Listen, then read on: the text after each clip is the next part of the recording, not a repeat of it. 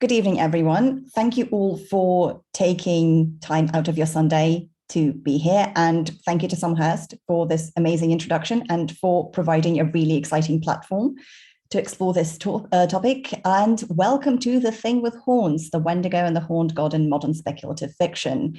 I'm Anna Milon. I'm a third-year PhD student at the University of Exeter, studying the Horned God as an environmental symbol and also collecting any figures that might be tangentially associated with him, which includes the Wendigo. But I would like to start looking at this broadly and kind of talking a little bit about how I first chanced upon this topic. And it really is down to this cover of The Monsters We Deserve by Marcus Sedgwick. Disappointingly, not featuring either the Horned God or the Wendigo, but exploring the narrator's relationship with Frankenstein's monster and the ghost of Mary Shelley. The cover, nonetheless, features a figure that most of us will probably quite readily recognize as monstrous, this humanoid, potentially male figure with branches or antlers growing out of his head.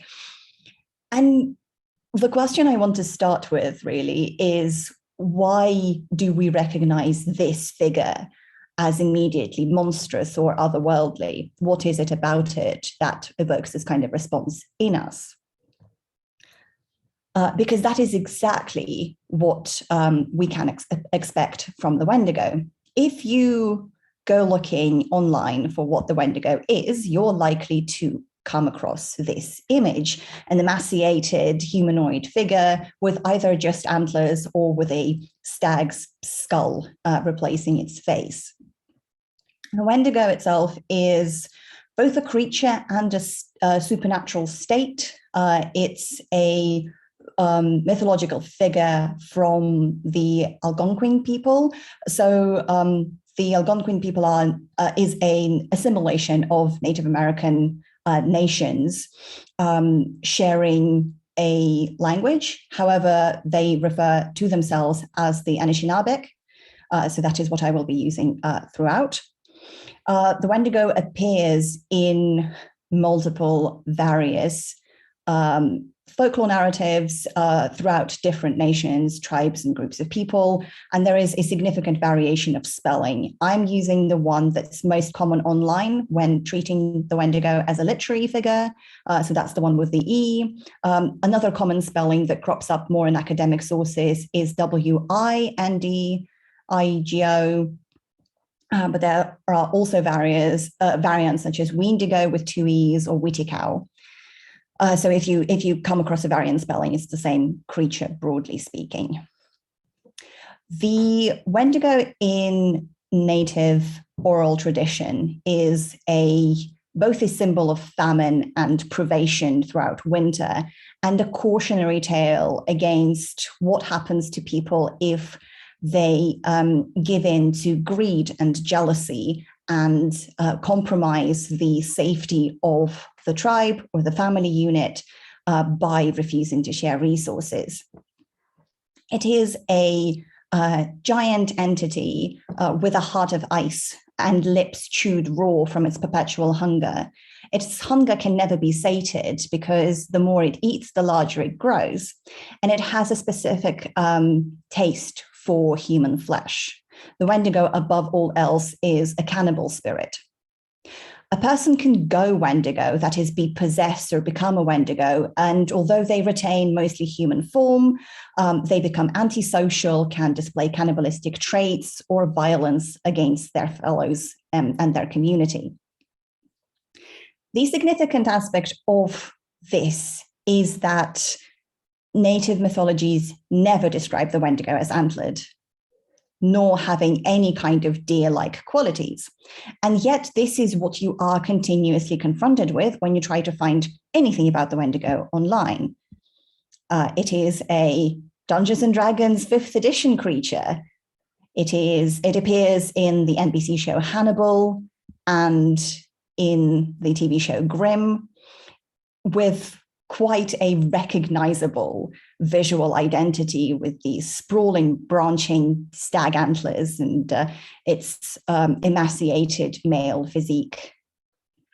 So I began wondering, why is it that the Wendigo is portrayed in predominantly Western sources in this manner? And at first I thought that it could be down to an early misinterpretation, say in the 18th or 19th century, that everyone else is building upon, but that doesn't seem to be the case. And in fact, if you look at films like Ravenous or games like Until Dawn, the Wendigo is not portrayed as antlered there, even though those are produced by Western creators. So something is going on. And of course, being interested in the horned god, I decided to explore whether the Wendigo was in some way connected to the horned god. Here is what you're likely to find when looking for the Wendigo online. And again, textually as well, it is often said to be described with the head of a stag, even though that is not the case. So the horned god. The horned god is initially a palimpsest of images collating various historical deities and folklore figures who happen to be male, antlered, or horned, and in some way associated with the natural world. That has evolved into this singular umbrella image and has been used as a deity by the modern Western pagan revival, but since the end of the 20th century has entered popular media and become quite a recognizable stock character.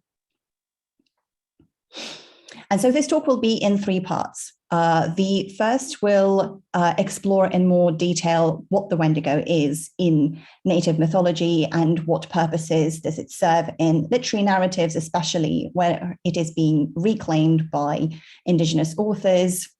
The second will touch on the horned god, explain a little bit more of who he is and what he's about, and then explore my theories around why this overlap happened, why the Wendigo acquired horns, and why that really is the horn god's fault.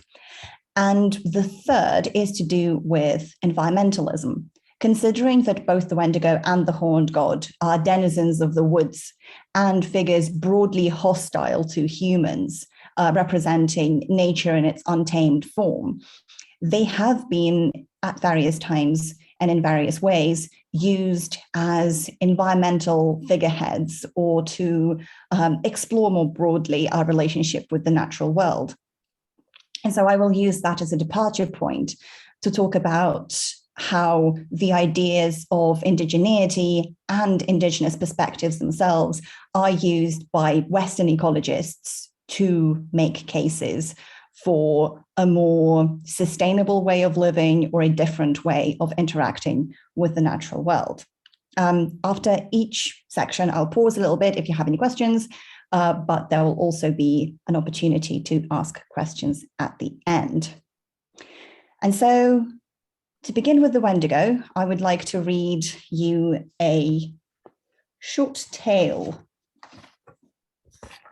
collected in 1982 from Winnisk River, Manitoba, and told by a member of the Swampy Cree Nation, Joseph Sandy. It is the Owl Famine Wendigo. This story is from when an owl was blamed for causing a famine. That was a bad time. Each day for many days, the snowy owl arrived. He sat at the edge of the village. Then it would begin to snow hard. He was causing the famine. At first, the people thought so. There was bad thinking caused by all that. People began to eat all their food too quickly, all the food they had saved, what little was left, the smoked fish, everything. One day, some hunters returned. One said, "We had no luck in following moose tracks. We were gone 3 days, and we are very hungry." In the village, people answered these hunters, "There's not much food here either. It's a better kind of going hungry out there." It went on. Owl traps were set where the snowy owl had landed each time, but they could not trap it. So they thought the owl went on causing the famine. It had snowed hard from the owl arriving. No hare were trapped, no fish were caught. Sickness began. The people all tried to take care of each other. This was when a young girl, who had not yet earned her name, lived in the village. Each day she saw a different person weep from the famine and tried to comfort them by sleeping with her forehead touching theirs. But though her face wore the same mournful expression, the same lines of grief, she herself did not weep. One night, she slept and dreamt that the famine was not the owl's fault. She dreamt it so strongly that it woke her. Then she went to the elders and told them, "I dreamt a Wendigo is causing the famine." The next day, when the owl arrived, some people said to it, "Stay with us. You've caused some trouble before, but nothing this terrible. Don't return to the Wendigo." But the snow fell, and the famine continued. It was agreed that the girl was right about the Wendigo, and it was decided that they had to kill it. When the owl arrived again, they threw the remaining food at it. They shouted, "We don't need this food, you take it." But the owl saw it was a trick. He said to them, "One of you is missing." Everyone looked around and saw a man was missing from the village. Then they knew he had hunger wandered out for food. The Wendigo's plan was working. It was then that a luck thing happened in the girl's thinking. She said, "Throw some paint on the owl." So it was done, and 2 spots of paint hit the owl as it was flying over the village. Some hunters followed the 2 spots of paint, and where they landed, there was the Wendigo. The Wendigo who had been sending the famine owl to the village. The hunters shouted, "We are returning this starving. Your owl led us here." With that, the Wendigo howled open its mouth, and the owl flew inside, carrying all of the weeping sounds of the starving people from the village in a sack. It flew deep into the Wendigo and opened the sack. Then it flew out again on the howl, which was still going strong, just as the Wendigo began tearing at the weeping sounds inside it. So the Wendigo tore its own heart out. The hunters grabbed the heart and melted it in a fire they had made. And this event breaks the famine and sees a return of game and other foodstuffs, and the girl earns the name "She Who Did Not Weep in a Famine." And this tale contains a lot of the commonly occurring motifs of Wendigo narratives. With its heart made of ice, it has to be melted down in order for the Wendigo to be vanquished.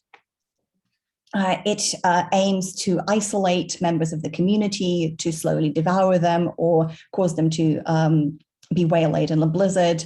It's often associated with owls as troublemakers and trickster entities who are, in this case, not as malicious as they are made out to be, but still quite dubious.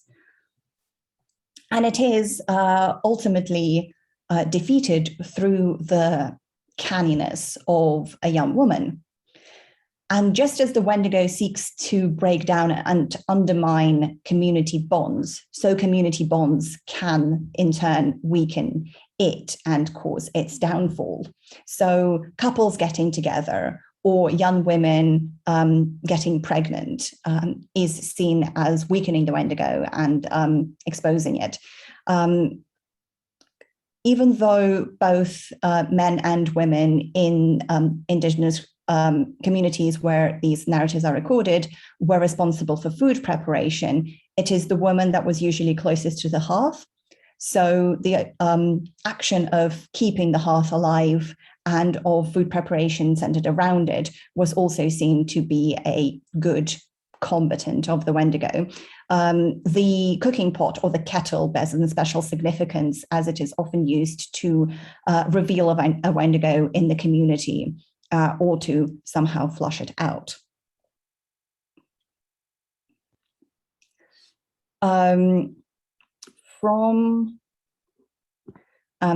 So this tale was collected by Howard Norman and appears in the anthology Where the Chill Came From. And he also elaborates that the Wendigo is much more terrifying in his human guise, because literally anyone could be corrupted into becoming a Wendigo through the greed and malice in their hearts, but also through dreaming of one, because in many indigenous traditions, dreaming life was as real and as important as waking life. A Wendigo could also be made through the machinations of a powerful magician. There are some stories of Wendigos being made by shamans or medicine men of rival communities. And in the majority of cases, the transformation is irreversible and can only be stopped if the person who has gone Wendigo or the supernatural creature Wendigo itself is killed. I have not spoken a lot about the cannibalistic traits, but they are definitely there as a leitmotif to this idea of extreme starvation and privation in winter. And Sean Smallman, who documented a lot of Wendigo legends and explored their patterns in the 2010s, noted that where these narratives occur most strongly around the northeastern side of the US, around the area of the Great Lakes and into Canada, so that's boreal forest, those areas saw incredibly harsh winters with incredible food shortages. So communities would have been likely familiar with hunger, if not every year, then at least multiple times within a generation. So the Wendigo was not only a telltale bogeyman or a cautionary figure, but also perhaps a memory of members of the community who were a danger to the community, who were greedy or were excessively consumerist, who were exiled to potentially the worst fate of wandering the desolate wilderness alone, bereft of their homes and families. So just some more definitions about the Wendigo: being of gigantic stature and sometimes burning off its feet in its haste to get to its victims, but never ever having antlers or possessing any kind of deer-like qualities. In terms of going Wendigo, this phenomenon is recognized as Wendigo psychosis, a culture-bound psychological syndrome associated with depression and a compulsive desire for human flesh, sometimes leading to cannibalism. This often manifests as a belief that the afflicted person is possessed by the Wendigo. I don't have a lot of time to go into this in this talk, but you can always check Sean Smallman's book, Dangerous Spirits, chapters 3 and 4, where he goes into quite a lot of detail of how the cases of going Wendigo and Wendigo psychosis were explored by both Native American communities and Westerners who encountered them. Sorry, Dave, can you please mute your mic? Thank you, no worries. So there we go. Smallman also cites that Wendigos could be overcome through the tools that women used, as we have spoken before. The Wendigo has been known to Western settlers since at least the middle of the 19th century, where French-born settlers in Canada who cohabited closely with indigenous communities had their own oral tradition that included the Wendigo and combined this figure with their own kind of French-based beliefs in the loup-garou or the werewolf. And since the beginning of the 20th century and the kind of flourishing of the horror short story, the Wendigo becomes quite a popular figure in horror short stories, such as this example of Algernon Blackwood's short story, The Wendigo, published in 1910. The story follows a Scottish hunter led into the Canadian wilderness by a Native American guide called Defago. who then succumbs to some kind of supernatural malady, whether he goes Wendigo through a psychotic break, or whether there is some kind of foul play, or whether it is an actual supernatural occurrence, is left ambiguous.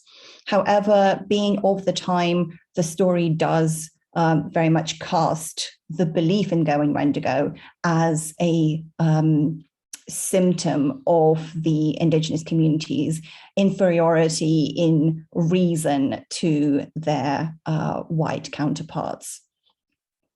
And so the tale of the Wendigo that DeFago tells is then dismissed as something that lousy fellas believe after they've been hitting the bottle too long.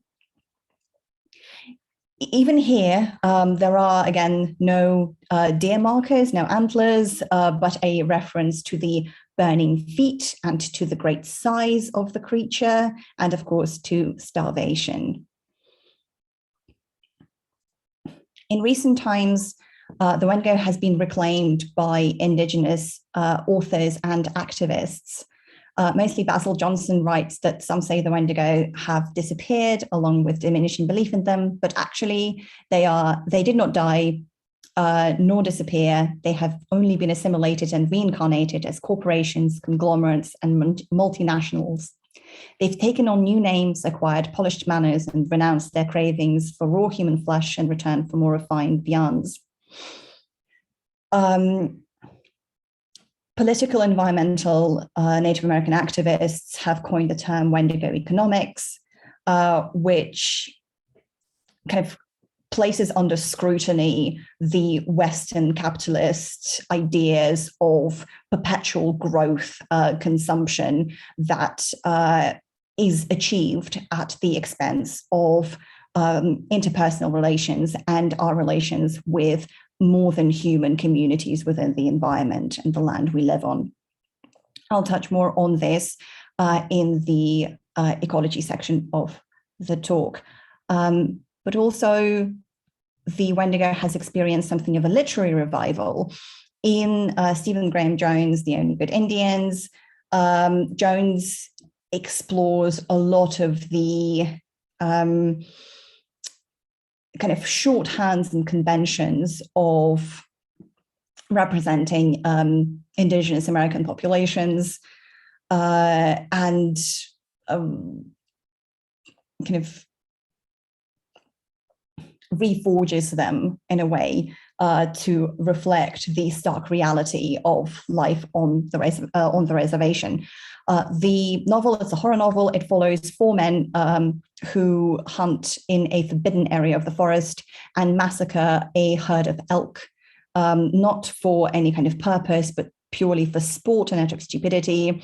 Among the elk is a young pregnant cow elk who returns a decade later to wreak bloody vengeance on the four culprits. Kind of replaying the idea of the Indian curse, but in a very different light.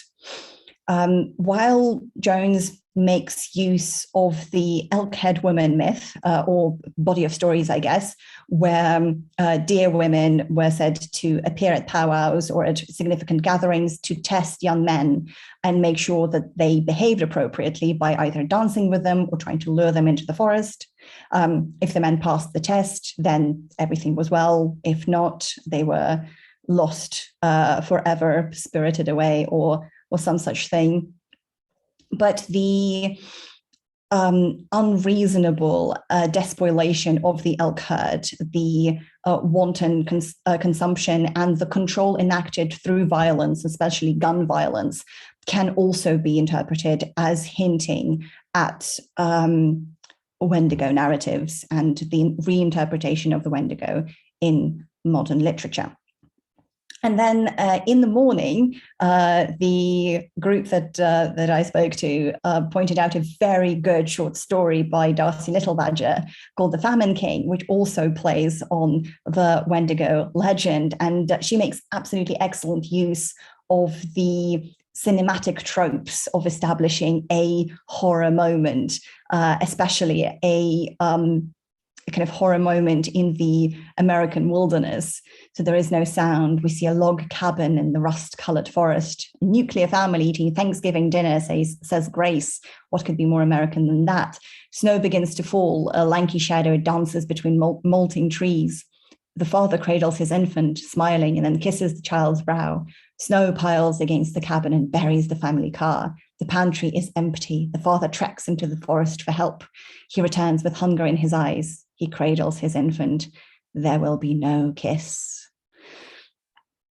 And so you have a return of this topic of consumption, of just a switch flipped moment where a member of the community and a member of your own family becomes unrecognizable, violent, and antisocial. It's free access, so do please check out this short story. It's really good fun. Right, so I'm going to pause here for any questions about the Wendigo or about anything else. Right, so briefly about the horned god. The horned god is a palimpsest of imagery, a kind of umbrella term, which was first conceptualized in a way we see him today by Margaret Murray, an Egyptologist and anthropologist who is most known for her witchcraft theory, which posits that individuals accused of witchcraft in Europe in the early modern times were actually worshippers of an ancient pan-European fertility cult that stretched into the depths of time. And their main deity was the horned god, who then got reinterpreted or maligned by the church as the devil. Even though Murray's theories have been intensely scrutinized and largely debunked by the academic communities, they have found a lot of uptake in the general public, especially in fantasy literature, and also in the modern Western pagan revival with things like Wicca.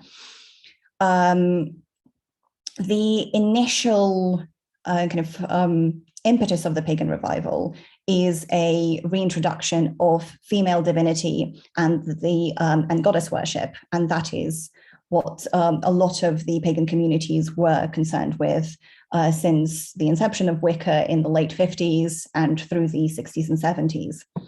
However, in the late 80s and 90s, some pagan authors realized that they've kind of thrown the baby out with the bathwater, ignoring all male deities altogether in favor of exclusively the female ones.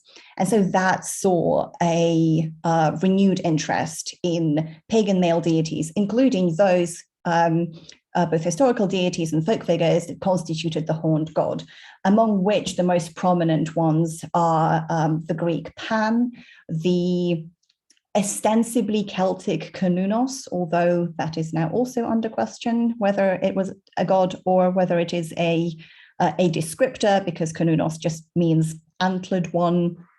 The folk figure of Handhunter, and here in the center of the slide, the sorcerer of the Trois Frères cave in southern France, which Murray posited as the earliest depiction of a god by human hand, and which is her kind of bid for why this fertility cult existed in the Upper Paleolithic thousands and thousands of years ago. So in addition to being worshipped as a counterpart to the tribal goddess in the pagan tradition, the horned god represents wilderness, untamed untamed sexuality, the male principle. He is a kind of figure associated with death and the afterlife. He's a psychopomp who often guides souls into the underworld. And in many ways, the goddess is complementary opposite, I should say. And that is the role he largely retains in popular culture. So recent films and games have really capitalized on the existing Western kind sympathy and enjoyment of deer. Obviously, deer have historically been a very kind of important status symbol in a lot of most of Western Europe, with things like the courtly hunt. The kind of highest rank of the courtly hunt was on horseback with hounds after a stag. But also such Victorian notions of nationhood in England as the Scottish monarch of the glen, and the kind of Scottish nobility becoming tangentially associated with the stag and bravery and such.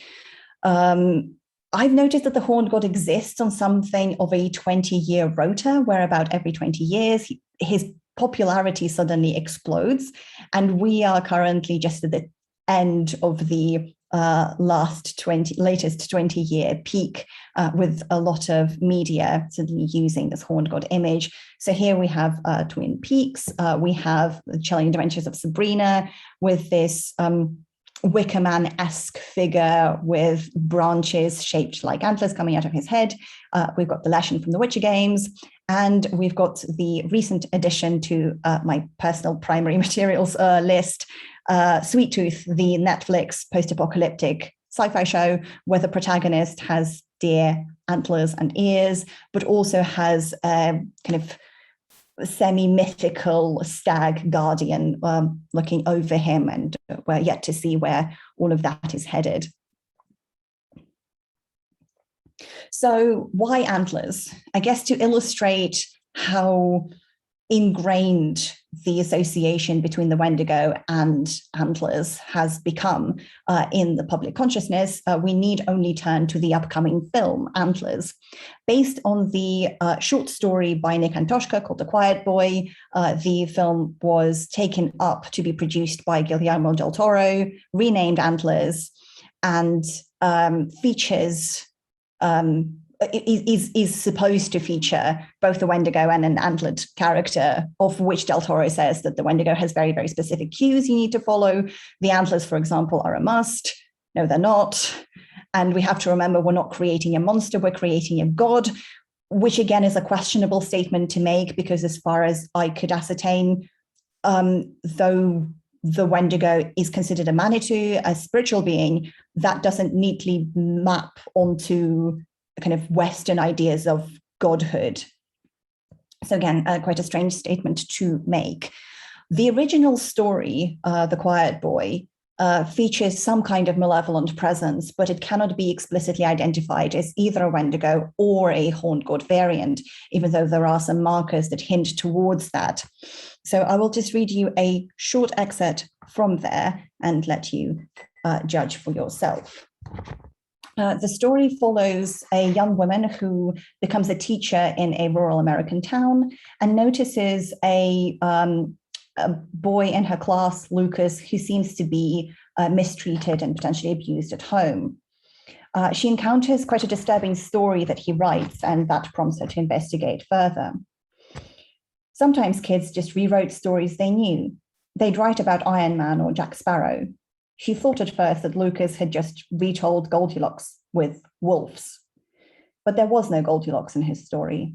There were only the wolves who lived together in a cave above the town. Big Wolf, Middle Wolf, and Little Wolf. Big Wolf was a brute. Little Wolf was timid. Middle Wolf was the peacemaker. Every day, Middle Wolf went out and got fish for them all. But one day he came back and Big Wolf and Little Wolf had rabies. And all they wanted to do was go to town and eat people. So Middle Wolf blocked up the entrance to the cave with rocks and trapped the other two inside, where they growled all day and all night. And every day he caught fish for them, which he slipped between the rocks to save their hunger. And every night he slept by the entrance to make sure they never got out.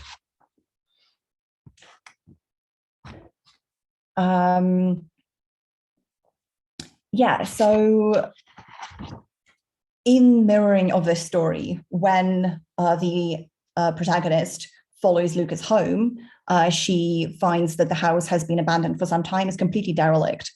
And when she breaks in, she finds the dead bodies of Lucas's presumably father and younger brother, the big wolf and little wolf in the story, and the remains of some kind of arcane ritual.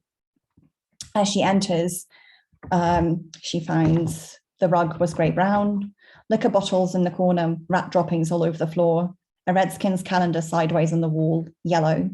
On a coffee table sat a bowl of black moss that had been soup. Beside the bowl sat 3 small figurines of red clay. The figurines has disproportionately large heads, animals of some kind, maybe goats. Todd, she called again. A symbol had been smeared on the table long ago in some dark substance, a 5-pointed star. The star had other markings, drawings that looked like eyes with rectangular black pupils, like goat's eyes, one at each point of the star. So by trespassing, the protagonist unwittingly unleashes the malevolent presence that has been trapped in the house by Lucas, who feeds the kind of corrupted spirits of his father and brother, dead pets. And as they get out, they do start murdering people and mutilating the bodies, which eventually leads to the death of the protagonist and the disappearance of Lucas as well. The cannibalism, or the hint of cannibalism, the rabies, the breakdown of community bonds, and the only thing that keeps the malevolent presence at bay being the ministrations of a family member, definitely can be interpreted as hinting at a Wendigo. Even though I'd say it's an interpretation as opposed to an explicit statement. The conventionally satanic paraphernalia of the ritual, such as the pentacle drawn in blood, the goat's eyes, can be read as gesturing towards the horned god, which is often associated with the devil. But I feel that the jump towards not only establishing both the Wendigo and the horned god as kind of more visible presences in the film adaptation, but also conflating the two, is testament not to any authorial intent, but to how prevalent the mixing of those two images is in popular culture. And so potentially, how did this come about?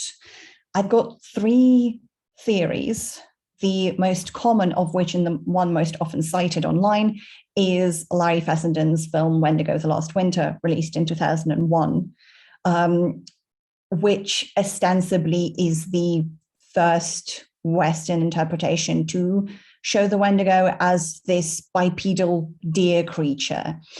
And Fessenden himself gestures towards his primary school teacher, telling him stories of the Wendigo being a diminutive stag-like being.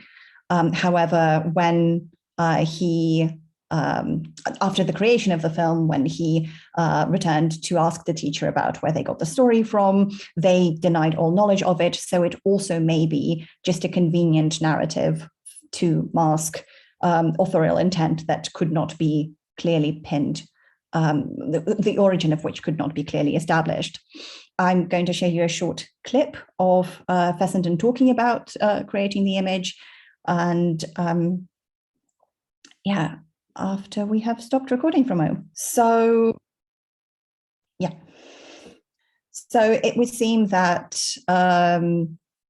Fessenden came up with this image quite out of the blue. But the way, kind of another problem that anybody who wants to learn more about the Wendigo keeps running into, if they're just doing a cursory search, is the way that video is framed is very misleading, because any mention of the Wendigo is accompanied by these images of antlered figurines, which of course have absolutely no bearing on the actually attested descriptions of the Wendigo in indigenous narratives.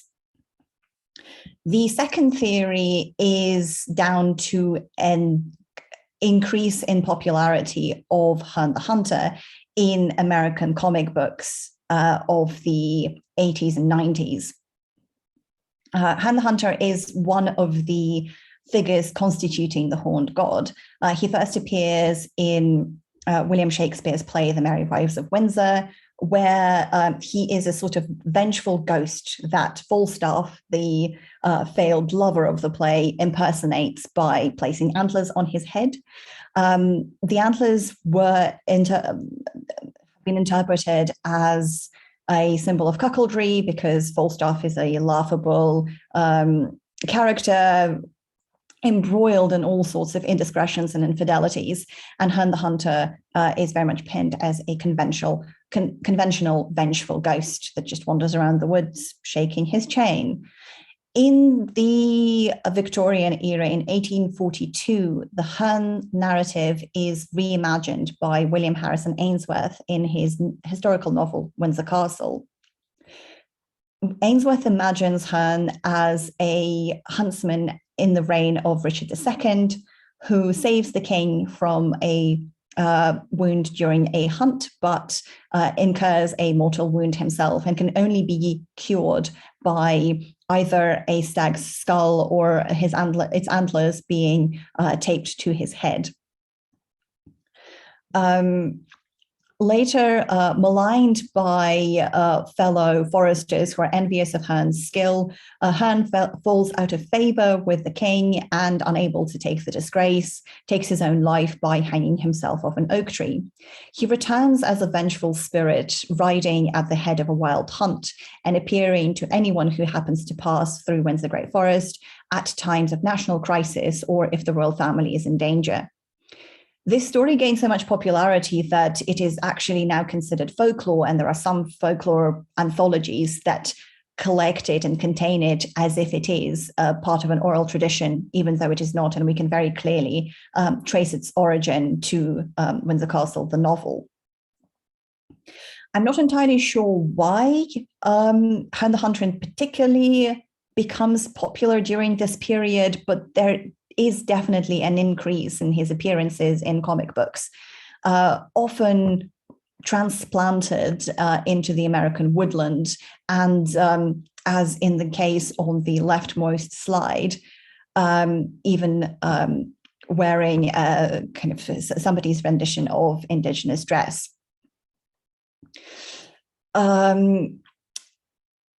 Potentially, this is where he also becomes a kind of staple representation of the malevolent woods and the description goes no further than that without any acknowledgement of the potential sources of the Handhunter appearance or other figures that he might be tangential to or draw upon. And the third theory, and this is because this is the earliest reference to a horned Wendigo I could find, is that Stephen King is to blame. So Pet Sematary is his novel published in 1983, which follows a university doctor and his family moving into a new home, behind which is a burial ground that causes people who are buried there, or bodies who are buried there, to come back to life. And it is either presided over or guarded or empowered by a malevolent entity that is described as a Wendigo, but again bears very little resemblance to the Wendigo of legend. It's described as rising to a titanic height, its skin a cracked reptilian yellow, its eyes great hooded fog lamps, its ears not ears at all, but massive curling horns, and is a beast that looked like a lizard born of a woman. As to why King chooses to name it as a Wendigo is a matter of some debate, considering that the recurring sentiment of the novel is sometimes dead is better, and we are supposedly meant to appreciate the act of letting go of a loved one as they have passed on, because the entities who return from the burial ground bear very little resemblance to the people who have been buried there originally. It is strange that he's also evoking an entity associated with famine and with a breakdown of social structure through greed and through excess consumption. In addition to being the earliest mention of a horned Wendigo I could find, this also plays into a phenomenon I've noticed with the horned god. Because the horned god is made up of such disparate images, often the only thing linking them is the most tangential of details. And so if there is a kind of constituent figure of the horned god that possesses one of the qualities that can be linked back to it, it is also much more likely to then be drawn into the corpus and start showing other qualities that are associated with the horned god. For instance, with the cave image of the saucer in Redress, yes, it is antlered, but we know next to nothing about what it was meant to represent. There's even debate whether it was a priest character, a kind of shaman-like masked figure, or whether it is a depiction of a deity itself, or whether it is something else entirely, some kind of understanding of a metamorphic entity that has been lost to us. But when reused in fantasy and when discussed in occult sources, it is very often attributed, or the qualities it's very often imbued with are the same qualities you usually see in a horned god type character. It's associated with nature, with male virility, with reproduction, with the underworld, and with rites of passage. And so it is entirely possible that this horned Wendigo figure that Kane describes then becomes by default associated with the horned god because there are horns, and it goes no deeper than that. So I'm going to pause here once more before we move on to the environmental side of things. So I've mentioned at the beginning of this talk that with both the Wendigo and the horned god being entities situated in the wilderness, and especially wilderness that is hostile to the human, they have been discussed in the context of the climate crisis and in the context of environmental concerns. Margaret Atwood writes, fear of the Wendigo is twofold, fear of being eaten by one and fear of becoming one. And I suspect that that maps onto a lot of Western anxieties around capitalism and consumerism, of whether we are both subsumed by the machine that we are forced to participate in, and if our consumerism that is lauded as the kind of beneficial quality of society is actually slowly destroying us. So definitely. Robin Wall Kimmerer, whom I have mentioned before, the indigenous ecologist and activist and author, references Basil Johnston, and many other scholars point to the current epidemic of self-destructive practices, addiction to alcohol, drugs, gambling, technology, and more, as a sign that the Wendigo is alive and well. She then goes on to explore the Wendigo's footsteps, or the Wendigo's presence, specifically in an ecological context, and how the forest under capitalism has no value until it is chopped down. And so no community building in the forest, and with the more than human inhabitants of it, and our fellow cohabitants of the planet, is possible under this kind of, when this kind of perspective dominates.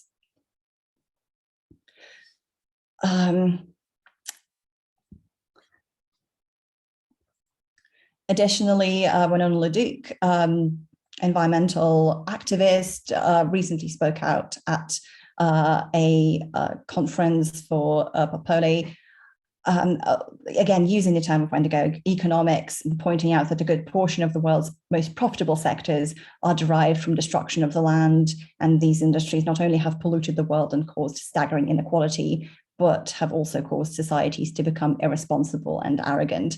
And Kimmerer speaks of it as a reversal of our priorities and our values, where we are somehow tricked by the Wendigo to stop recognizing excess consumption as an ill of society, as a thing that breaks down bonds and disrupts the cohesive flow of the landscape and of our lives in it, and somehow recasts this excess consumption as a positive aspect of our lives, and positive and a necessary aspect of our lives, unfortunately. The horned god is involved in environmental discussions in a slightly different vein. He is the last manifestation and the guardian of an undespoiled wilderness. Authors like Timothy Morton caution against such a perspective, because there is ultimately no such thing as pristine nature over yonder. Human impact does stretch globally to the most remote parts of the world, even if it is impact that we cannot necessarily see with the naked eye. There's microplastic in the groundwater and such like. However, the horned god is also an aspirational figure, or can be seen as such, where he is accepting and incorporating of both the benefits of the natural world and its less pastoral, less prettified elements, such as death and decay. So although the horned god doesn't bear the same level of threat as the Wendigo, it can still remind us that the world around us isn't all sunshine and daisies. But more than that, the use of Wendigo and the term Wendigo economics in Western environmental rhetoric, I feel, is quite indicative of a trend of employing indigenous perspectives, or the idea of indigeneity, as a kind of panacea against all Western-caused environmental ills. So Luigi Pellizzoni writes that another major aspirational source for the rejection of binaries, so for the rejection of stable categories such as nature and culture, or nature and society, or kind of organic and technological, comes from, in inverted commas, non-modern accounts of the world with special reference to Amerindian perspectives. While I personally feel that it is valuable that indigenous perspectives are given the light of day and the platform that they have long been denied, this bears a lot of pitfalls, because a lot of the literature attempting to engage with indigenous perspectives does so in a very blanket way and goes like, oh, non-Western ideas of the world, as if they are homogenous from Australia to the subarctic of the North American continent, giving very little differentiation between groups of people, their modes of living, and the circumstances in which they exist. A good exception to that is Susan Perrin's anthology focusing on the Great Lakes watershed, which is an anthology of short essays that specifically approach Indigenous communities living around the Great Lakes area, asking them for input around the ways they are impacted by the toxic production industries that use the area and use their ancestral lands, and asking them for perspectives on how to mitigate specific threats and issues that they face on a daily basis. To conclude, I guess what this growing attempt to find a way of seeing the world and a way of experiencing it that we can return to, and the ultimate failure of such endeavors shows us, is that environmentally and perhaps culturally, we have moved past the possibility to return to a former way of thinking. We need to come up with new ones.